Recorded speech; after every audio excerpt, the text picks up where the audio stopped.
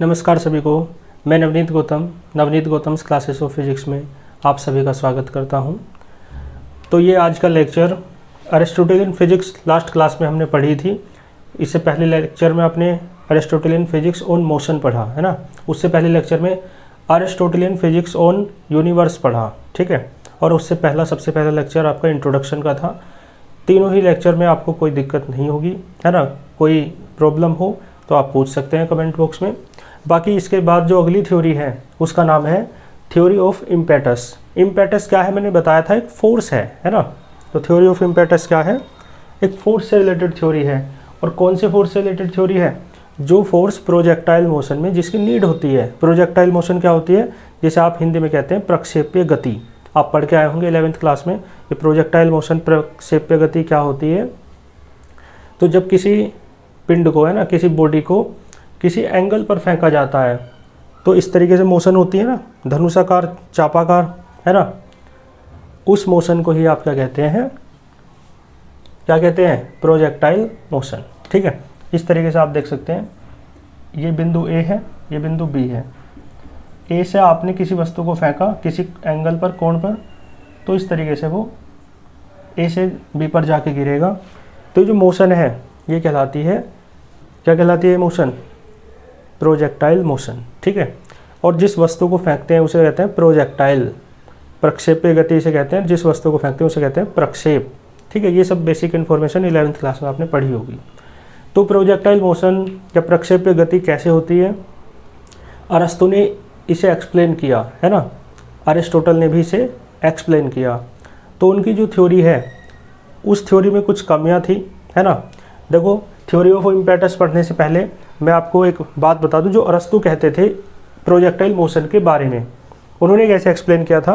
तो लिखा है, अरिस्टोटल बिलीव्ड दैट, अरस्तु मानते थे, अरिस्टोटल मानते थे, क्या मानते थे, एन ऑब्जेक्ट इन मोशन, कि कोई भी ऑब्जेक्ट है ना यदि मोशन में, गति में, तो उसे एक लगातार बल चाहिए, टू स्टे इन मोशन। यानी कोई वस्तु यदि मोशन में है तो उसे मोशन में रखने के लिए, बनाए रखने के लिए एक ऐसा फोर्स चाहिए जो लगातार उस पर लगा रहे, है ना। यानी जैसे आपने किसी वस्तु को फेंका तो ये फोर्स इसे लगातार मिलता रहना चाहिए जब वह जब तक वह मोशन करे। क्लियर हो गया। तो अरस्तु क्या कहना चाह रहे थे, क्या कहते थे, कि कोई वस्तु तब तक मोशन करती है जब तक कि उस पर लगातार फोर्स वर्क करता रहता है। समझे बात आप, क्लियर है ना। लेकिन आप एक बात देख के बताओ, प्रोजेक्टाइल मोशन में जैसे थ्रोवर ने फेंकी, है ना, बॉडी, तो जब फेंक दी तो हाथ से तो फेंक दी ना, तो हाथ से तो चली गई ना। चलो मैं फेंक के ही दिखाता हूँ, ठीक। तो हाथ से तो निकल गई ना, मैंने जो फोर्स लगाया सिर्फ एक बार लगाया। उसके बाद कौन सी ऐसी पावर है, कौन सी ऐसी एनर्जी है, कौन सी ऐसी शक्ति है जो उसे लगातार मोशन कराती है। तो क्वेश्चन ये था, है ना। तो इस बात को अरिस्टोटल अच्छे से एक्सप्लेन नहीं कर पाए, है ना। और एक बात और आप जानते हैं, जब बॉडी मोशन करेगी मीडियम में, माध्यम में, तो मीडियम के जो पार्टिकल्स हैं, माध्यम के जो कण हैं, वो वस्तु की गति का क्या करेंगे, विरोध करेंगे, है ना। ऐसा आप मानते हैं, हम भी मानते हैं। लेकिन अरिस्टोटल मानते थे कि मीडियम जो है बॉडी की मोशन में क्या करता है, हेल्प करता है, ठीक है। तो ये चीज़ें गलत सिद्ध हुई। और इस थ्योरी के द्वारा, जिसे थ्योरी ऑफ इम्पेटस कहते हैं, इसकी आवश्यकता ही इसलिए पड़ी ताकि अरिस्टोटल की जो थ्योरी है मोशन से रिलेटेड, प्रोजेक्टाइल मोशन से रिलेटेड, उसे बदला जा सके, है ना, उसे गलत सिद्ध किया जा सके। क्लियर। तो देखो लिखा है, अरिस्टोटल बिलीव्ड, अरस्तु मानते थे, क्या मानते थे, तो मैंने बताया अरस्तु मानते थे कि किसी बॉडी को मोशन कराने के लिए लगातार बल की आवश्यकता होती है, जो उस पर लगातार वर्क करे, है ना। एन ऑब्जेक्ट इन मोशन, कोई भी वस्तु जो गति में है, नीड्स ए कंटिन्यूअस फोर्स, या, है ना, लगातार उसे बल चाहिए, मिलता रहना चाहिए, to stay in motion, motion में, गति में बनाए रखने के लिए वस्तु को, है ना। पहली बात क्लियर हो गई अरस्तु की। दूसरी बात मैंने यही बताई, आप खुद बताओ, जब लगातार बल चाहिएगा तो आप खुद बताओ, जैसे ही बल ना मिला, फोर्स ना मिला, तो मोशन तो रुक जानी चाहिए, है ना। जैसे मैंने फेंकी है हाथ से वस्तु, तो जैसे ही मैंने छोड़ दी ना, तो ये यहीं गिर जानी चाहिए, है ना। आगे मोशन क्यों कर रही है, जबकि फोर्स मिलना बंद हो गया। तो जैसे ही फोर्स मिलना बंद हो जाता है, वस्तु की मोशन भी बंद हो जानी चाहिए, ऐसा अरस्तु मानते थे, है ना। तो लिखा है once the force is removed, एक बार जब बल हटा लिया जाता है मोशन स्टॉप्स, गति रुक जाती है। क्लियर है। तो कोई हिंदी में भी नोट्स बनाना चाहे, मैं हिंदी बताता चल रहा हूँ, वो बना सकता है, ठीक है। बहुत कमेंट्स आते हैं कि हिंदी में नोट्स मिल सकते हैं क्या, तो क्लास में इस तरीके से पढ़ाने का प्रयास करता हूँ ताकि आप हिंदी में भी नोट्स बना सकें या हिंदी इंग्लिश मिक्स करके नोट्स बना सकें, है ना। और इंग्लिश में तो थ्योरी मैं बोलता ही हूँ या लिखता ही हूँ, है ना। बाकी इंग्लिश में जो आपको नोट्स हैं वो टेलीग्राम चैनल पर मिल जाएंगे, वीडियो के डिस्क्रिप्शन बॉक्स में लिंक है, आप ज्वाइन कर सकते हैं वहाँ से, है ना। तो PDF लेक्चर वाइज मैं अपलोड कर दूँगा और जब यूनिट कंप्लीट हो जाएगी तो यूनिट वाइज भी मैं अपलोड कर दूँगा, ठीक है। तो बात क्लियर हो गई कि एक बार जब बल हटा लिया जाता है तो गति रुक जाती है, ठीक है। लेकिन अरिस्टोटल क्या एक्सप्लेन नहीं कर पाए, तो लिखा है but this did not explain, ये जो दिस का मतलब ये जो अरिस्टोटल का बिलीफ है ये एक्सप्लेन नहीं कर पाया, डिड नॉट एक्सप्लेन, एक्सप्लेन नहीं कर पाया। क्या एक्सप्लेन नहीं कर पाया कि भाई ए थ्रोवन ऑब्जेक्ट, एक फेंकी गई वस्तु, keeps moving after it leaves the thrower's hand, है ना। जब फेंकने वाले के हाथ से निकल जाती है वस्तु उसके बाद क्यों मोशन करती है, क्योंकि फेंकने वाले ने फोर्स तो बस यहाँ तक ही दिया है जब तक हाथ में थी वस्तु, उसके बाद फोर्स हट गया तो वस्तु यहीं गिर जानी चाहिए, है ना। वो आगे क्यों जा रही है इस बात को अरिस्टोटल एक्सप्लेन नहीं कर पाए। क्लियर है। लिखा है ना जो फेंकी गई वस्तु है वो मूविंग मोशन में क्यों रहती है, आफ्टर, उसके बाद, किसके बाद, जब थ्रोवर के हैंड से निकल जाती है, क्यों रहती है भाई, है ना। तो क्यों रहती है, यहाँ पे क्वेश्चन मार्क लगा लो, क्यों रहती है, तो इस बात का अरस्तु आंसर नहीं दे पाए। बात समझ में आ रही है आपको। तो इसी एक्सप्लेनेशन को देने के लिए जो थ्योरी आई अस्तित्व में उसे कहते हैं थ्योरी ऑफ इम्पेटस। और ये किस किसने दी, तो देखो लिखा है दिस थ्योरी वाज डेवलप्ड, ये डेवलप की गई, क्यों डेवलप की गई, अरस्तु की जो अरिस्टोटल की जो एक्सप्लेनेशन थी ना, इसे किसके लिए, प्रोजेक्टाइल मोशन के लिए, उस एक्सप्लेनेशन को हटाने के लिए, रिमूव करने के लिए, रिजेक्ट करने के लिए, है ना। ये रहा प्रोजेक्टाइल मोशन की जो एक्सप्लेनेशन थी अरिस्टोटल की, उसे रिजेक्ट करने के लिए ये थ्योरी दी गई जिसे थ्योरी ऑफ इम्पेटस कहते हैं।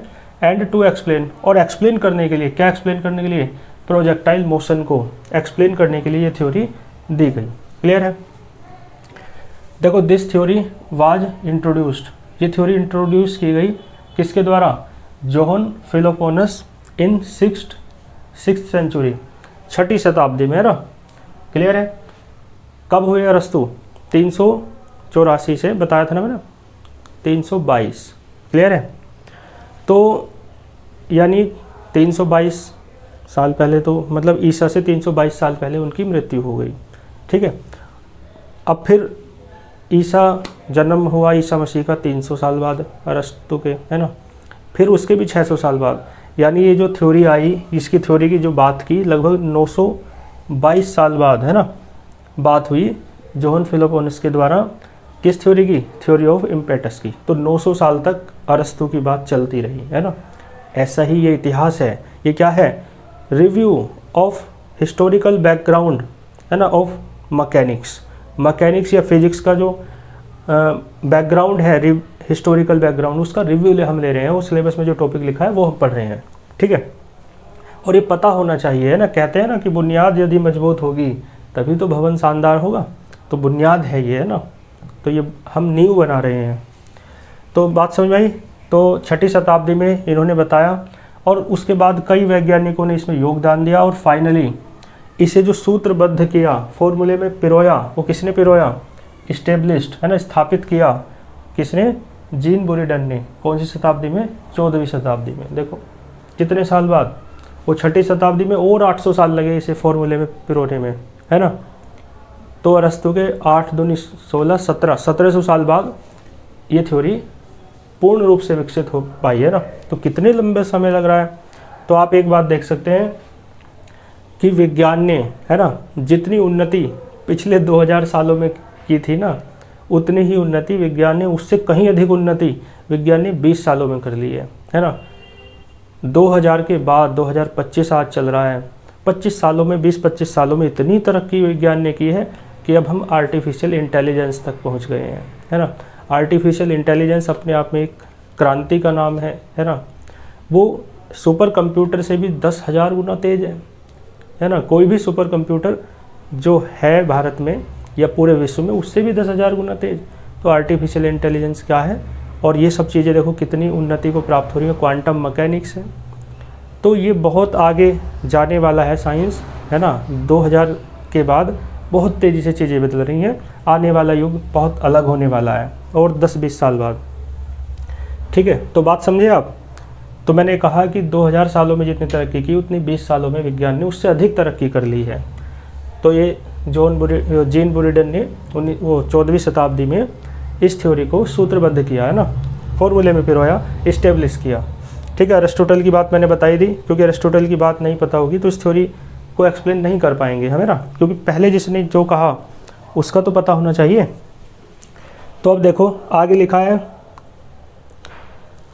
देखो यहाँ से थ्योरी स्टार्ट होती है, ये वाली थ्योरी ऑफ इम्पेटस, है ना। हालांकि सारा ही आपको लिखना है यदि आए तो, वो तो क्वेश्चन कितने मार्क्स का है इसके ऊपर डिपेंड करेगा, है ना। तो देखो लिखा है when a force is applied, जब एक फोर्स अप्लाई किया जाता है टू एन ऑब्जेक्ट, किसी ऑब्जेक्ट पर, ठीक है, it imparts an internal power. देखो ये कह रहे हैं, ये कह रही है theory of impetus. Theory of impetus के पता क्या कह रही है कि कोई वस्तु है, जैसे ये मार्कर है, इस पर आपने क्या अप्लाई किया, फोर्स अप्लाई किया। तो जब आप इस पर फोर्स अप्लाई करोगे ना, फोर्स अप्लाई करके आप तो छोड़ दोगे इसे, लेकिन वस्तु आगे जाएगी, जब भी मोशन करेगी आगे भी। तो अरस्तु तो जवाब दे नहीं पाए कि क्यों ऐसा हो रहा है, लेकिन थ्योरी ऑफ इम्पेटस कहती है कि ये जो फोर्स है ना, ये जो थ्रोवर्स हैंड के द्वारा, है ना, फेंकने वाले के हाथ के द्वारा इस बॉडी को मिल रहा है, ये फोर्स इस बॉडी को क्या देता है, एक इंटरनल एनर्जी देता है, एक इंटरनल पावर देता है। और ये पावर या इंटरनल एनर्जी ही इस बॉडी को आगे फेंकने के बाद मोशन कराती है, ठीक है, क्लियर है। तो जब एक फोर्स अप्लाइड लगाया जाता है टू एन ऑब्जेक्ट, वस्तु पर, इट इम्पार्ट्स, ये क्या देती है, an internal power, internal power देती है, ठीक है। इस इंटरनल पावर को ही आप इम्पेटस कहते हैं। समझे इम्पेटस क्या है, विच कीप्स द ऑब्जेक्ट, जो वस्तु को बनाए रखती है, इन मोशन, गति में, है ना, even after the force is removed, जब बल हटा लिया जाता है तब भी बॉडी को किस में बनाए रखती है। देखो नीचे की लाइन शायद ना दिख रही हो, नीचे लिखा है the force is removed, even after the force is removed, जब बल हटा लिया जाता है तब भी, है ना, बॉडी यदि मोशन में बनी रहती है तो किस कारण से बनी रहती है, आ गया ना समझ में। क्योंकि थ्योरी ऑफ इम्पेटस कह रही है कि एक ये जो फोर्स है जो इस पर लग रहा है, ये इस बॉडी को इंटरनल एनर्जी, इंटरनल पावर देती है। इस इंटरनल पावर को ही इम्पेटस कहते हैं। और ये इम्पेटस जो है, फोर्स या इंटरनल पावर जो है, यही बॉडी को, है ना, थ्रोवर्स हैंड से निकलने के बाद भी मोशन में बनाए रखता है, ठीक है। बात समझ में आ गई आपको। तो थ्योरी ऑफ इम्पेटस का ये पहला पॉइंट है, लिखा भी है but according to theory of impetus, इसका पहला पॉइंट है ये ना।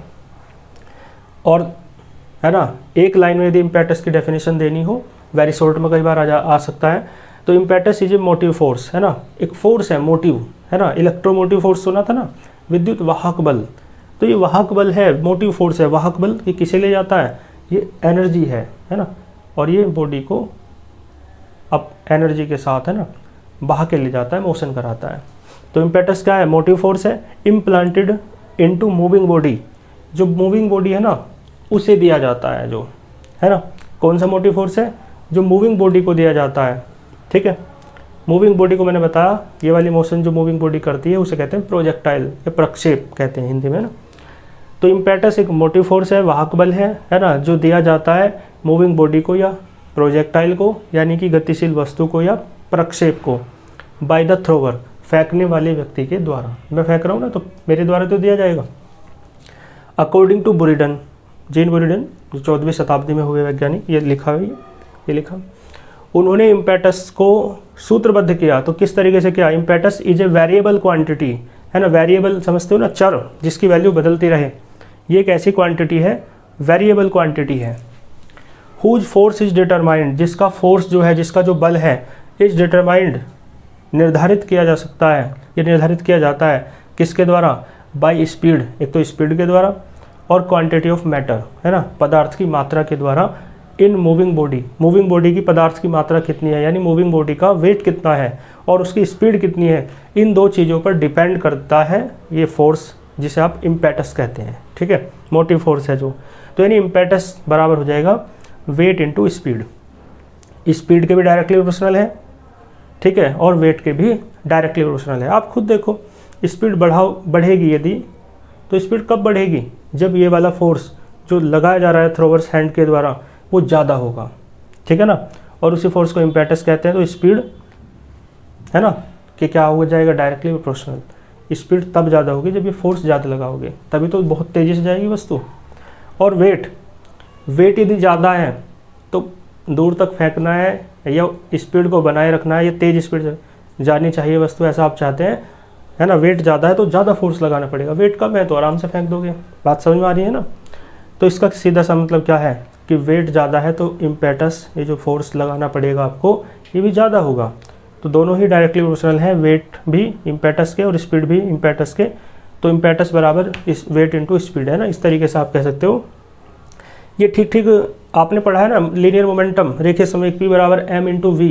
देखो v है वेट, बस मास की जगह वेट।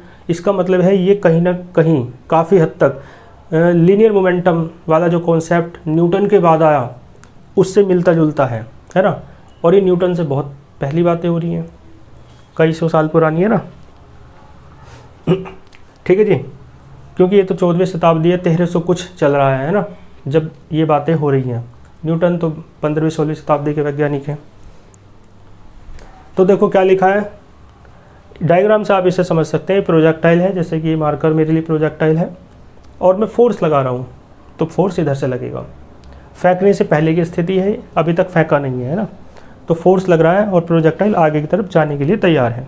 ठीक, after leaving thrower, before leaving thrower है ना, आफ्टर लीविंग थ्रोवर, यानी थ्रोवर के फेंकने से पहले की स्थिति ये है और थ्रोवर के फेंकने के बाद की स्थिति ये है। प्रोजेक्टाइल को जब मैंने फेंक दिया तो ये फोर्स तो यहाँ से हट गया, अब है ना। अब क्या है, इसमें एक ये जो फोर्स था जिस है ना ये वाला, इसने इस बॉडी को एक इंटरनल एनर्जी, इंटरनल पावर दे दी है जिसे आप इम्पेटस कहते हो, और वो इम्पेटस ही इस बॉडी को आगे लेके जाएगी। तो प्रोजेक्टाइल को कौन आगे लेके जा रहा है, इम्पेटस। और जब अभी नीचे कैसे गिरती है, नीचे गिरने का भी कॉन्सेप्ट सुन लो। इस थ्योरी के अनुसार, इम्पेटस थ्योरी के अनुसार नीचे ऐसे गिरती है कि ये तो मानते थे अरिस्टोटल कि मीडियम के जो पार्टिकल्स हैं, मीडियम का जो अवरोध है, रेजिस्टेंस है ना, वो क्या है, इसके चलने में मदद करता है, हेल्प करता है। लेकिन ऐसा नहीं है जैसा अरस्तु मानते थे। वास्तविकता क्या है आप भी जानते हैं, है ना, हम सब जानते हैं कि जो माध्यम के कण हैं, मीडियम के जो पार्टिकल्स हैं, वो मोशन का अपोज करते हैं। ठीक है, तो ये मोशन का अपोज करेंगे, तो जैसे जैसे है ना मीडियम के पार्टिकल मोशन का अपोज करेंगे, जो इम्पेटस फोर्स है ये क्या है, धीरे धीरे घटता जाएगा और घटते घटते इतना घट जाएगा कि ये बॉडी है ना, इम्पेटस फोर्स ख़त्म हो जाएगा और ये बॉडी नीचे गिर जाएगी। समझिए, तो इसके नीचे गिरने की जो व्याख्या है वो नीचे लिखा है second point, the medium resist, जो मीडियम है ना रेजिस्ट, अपोज करता है, विरोध करता है द मोशन का। इट डज नॉट हेल्प, ये हेल्प नहीं करता medium, as suggested by Aristotle, जैसे कि अरस्तु मानते थे कि हेल्प करता है, हेल्प नहीं करता, अपोज करता है बल्कि। एज प्रोजेक्टाइल मूव्स, जैसे जैसे है ना प्रोजेक्टाइल जो वस्तु है फेंकी हुई वो आगे बढ़ती है, रेजिस्टेंस ऑफ मीडियम अपोजेस है ना अप्लाइज, जो रेजिस्टेंस है मीडियम का, माध्यम के जो अवरोध है वो अप्लाई करता है, क्या फोर्स अप्लाई करता है। और यदि बॉडी ऐसे चल रही है तो वो फोर्स ऐसे अप्लाई करेगा, यानी जो रेजिस्टिव फोर्स होता है, प्रतिरोधक बल होता है, अवरोध वाले जो बल होते हैं वो गति की दिशा के विपरीत में होते हैं। तो लिखा है in the direction opposite to the motion, motion की गति की विपरीत दिशा में लगता है ये रेजिस्टिव फोर्स। ठीक है, ये रेजिस्टेंस ऑफ मीडियम जो है। हैंस इम्पेटस डिक्रीजेज, और इम्पेटस जो है घटने लगता है। मैंने बताया ना, जैसे जैसे ये वाला फोर्स विरोध करने वाला बढ़ेगा तो ये जो इम्पेटस है जो इसे गति करा रहा है वो धीरे धीरे घटने लगेगा और एक स्थिति ऐसी आएगी कि फोर्स घटते घटते जीरो हो जाएगा, ये वाला इम्पेटस। लिखा है when it is almost destroyed, जब ये फोर्स इम्पेटस लगभग खत्म हो जाएगा, देन बॉडी फॉल्स, तब वस्तु नीचे गिर जाएगी। तो पूरी व्याख्या हो गई है ना, प्रोजेक्टाइल की पूरी व्याख्या हो गई। इसका मतलब है प्रोजेक्टाइल मोशन के अंतर्गत क्या चीज़ें थी, कैसे होता था, जो बात अरिस्टोटल एक्सप्लेन नहीं कर पा रहे थे वो बात एक्सप्लेन की इस थ्योरी ने, थ्योरी ऑफ इम्पेटस, जो जॉन फिलोफोनस से लेकर 6वीं शताब्दी से लेकर बहुत वैज्ञानिकों ने इस पर काम किया, और लास्ट में जेन बुरिडन 14वीं शताब्दी के जो वैज्ञानिक हैं उन्होंने इसे फाइनलाइज किया है ना, इस्टेब्लिश कर दिया, और इसके द्वारा बहुत अच्छे से एक्सप्लेनेशन हो सकी किसकी, प्रोजेक्टाइल मोशन की, प्रक्षेप्य गति की, है ना। तो ये अरिस्टोटल और अन्य सभी वैज्ञानिकों जो किससे पहले हुए, कोपरनिकस से पहले हुए, उन सभी तक की हमने यात्रा कर ली है। अगले लेक्चर में हम कोपरनिकस के बारे में पढ़ेंगे, है ना, ब्राहे टाइको के बारे में पढ़ेंगे और एक साइंटिस्ट बहुत क्रांतिकारी वैज्ञानिक जिनका मैंने नाम बताया, गैलीलियो गैलीली, उनके बारे में पढ़ेंगे, ठीक है। केपलर के बारे में पढ़ेंगे, है ना, केपलर ने भी अद्भुत बातें उन्होंने बताई, ठीक है। तो कल के नेक्स्ट लेक्चर में हम ये सब चीज़ें कर लेंगे, और फिर हम बिना किसी भूमिका ख़त्म करके अपनी न्यूटन के सिद्धांतों पर आएंगे, और पूरी बुक में फिर न्यूटन के सिद्धांत हमें पढ़ने हैं, क्योंकि बुक का नाम क्या है, न्यूटोनियन मैकेनिक्स, है ना। केवल मैकेनिक्स कौन सी वाली पढ़ेंगे हम, न्यूटन की, क्योंकि न्यूटन की जो बातें हैं वो आज भी मान्य हैं, है ना। ये सब बातें तो है ना धीरे धीरे 1-2 ही बातें हैं जो आज मानी जाती हैं इन सब वैज्ञानिकों की, लेकिन इनकी अपनी महत्ता है। मैंने बताया कि न्यूटन वहाँ से यात्रा शुरू कर पाए ताकि यहाँ तक की, क्योंकि यहाँ तक की यात्रा इन सभी ने कर ली थी, है ना, नहीं तो न्यूटन को भी शुरुआत से चलना पड़ता। तो इस तरीके की बातें हैं, ठीक है। मिलते हैं फिर नेक्स्ट लेक्चर में, अच्छे से पढ़ते रहिए, नोट्स बनाते रहिए, कोई डाउट है तो कमेंट बॉक्स में बता सकते हैं, और बाकी वीडियो को अधिक से अधिक शेयर कीजिए। मिलते हैं नेक्स्ट लेक्चर में नेक्स्ट टॉपिक के साथ, तब तक के लिए ऑल द वेरी बेस्ट।